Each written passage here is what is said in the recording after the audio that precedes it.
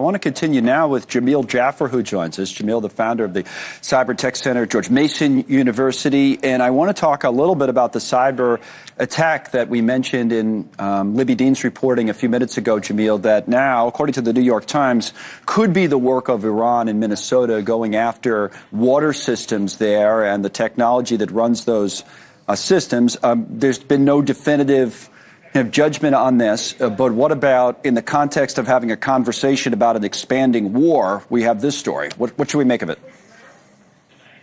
Yeah, well, look, we've seen the Iranians in the past go after operational technology systems, after water systems as well. We know that they've explored water systems in New York. We've seen them explore water systems in Florida. So we know the Iranians have a footprint in this space. They have a capability in this space. It's an area of interest to them. So if, in fact, this turns out to be the Iranians, that would not be surprising. This attack allegedly on 30 systems in the Minnesota area focused on the operational technology, which, by the way, is not the computers that you use for everyday work, but the systems that actually control these water plants, these filtration plants, the dams, and the like. And so we'll see what comes out of this. Not definitive reporting, to your point, right, because we're not sure that it was the Iranians. A lot of times what will happen is people will pretend to be other people in order to create problems.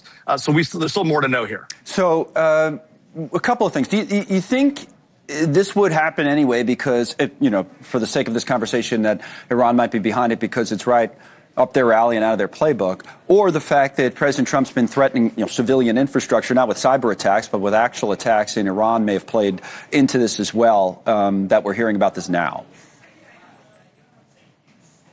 Well, look, Iran has been probing American systems for the better part of a decade. So right, this isn't necessarily that much different. It seems a little more aggressive, but we've been at war or in conflict with Iran now for months, and they haven't conducted neither a cyber attack nor a terrorist attack in the United States. So that suggests that we've been deterring them for some reason. The question now is this an escalation on their part, or is there something else going on here? We're not sure. And remember, the Iranian regime is weakened in the sense that the prior supreme leader has been killed. There's a new supreme leader. We haven't seen him in public. How much control there is of their direct government hackers and their patriotic sort of front, the civilians who are acting on behalf of the Iranian government, is a little less clear right now. All right. The other concern or question that I would bring up is, are we ready for this? I'm thinking of the cuts that have been made to the federal government's organization that goes after cyber, and all the commentary from the president about Chris Krebs, who was running that organization during the last election, and all of that. So is there any way that maybe we're at a deficit in terms of defending our nation against the potential of cyber attacks, whether this is Iran or not? Are you concerned about that? Well, look, as a general matter, we are generally underprepared for these type of attacks. The water system, the electric system, they're particularly well prepared. But the challenge, we've got a lot of smaller systems, right? When you think about Minnesota having 30 water systems that may have been attacked, these are all fairly small organizations. They're not particularly well resourced. It's not their fault. They serve a small community. And that's part of the challenge, I think, in this domain. We really got to come together as a nation and have the larger utilities protect the smaller ones. The smaller ones partner up together, join hands, work with the private sector, work with the government. But we've really never made a really concerted national effort to really get good at this.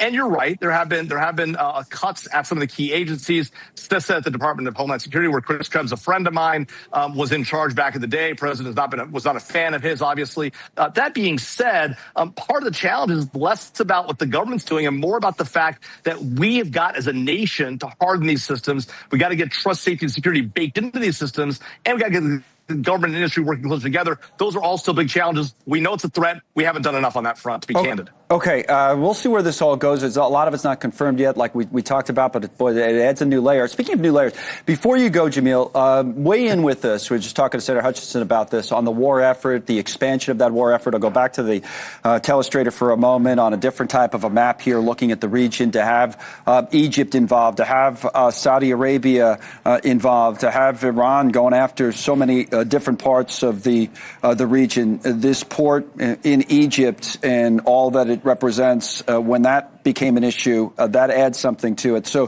where do you think it's going? I get it that it's expanding, but to what end, and how will it end?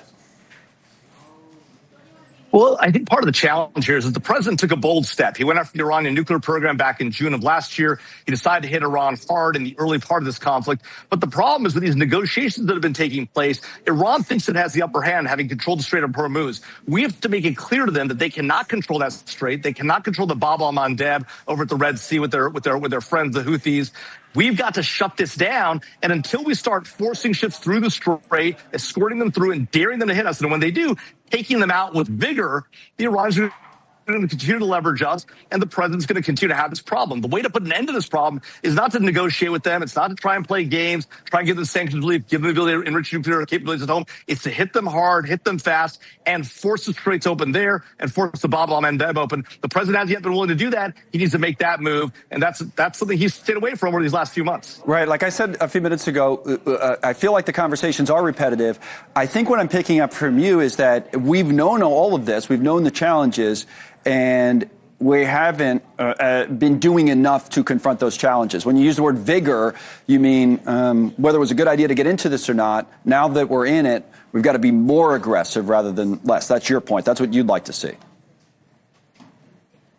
That's exactly right. The Iranians understand and respect power. We have not shown that. We've shown at the beginning. But for the longest period, for the last few months, we've shown weakness. At every turn, we want to negotiate. We want to find a path forward. And that's beneficial. We want peace. The problem is the way to win peace is to have strength, not to negotiate from a position of perceived weakness. That's the president's challenge today. All right, Jamil. Always good to have you on.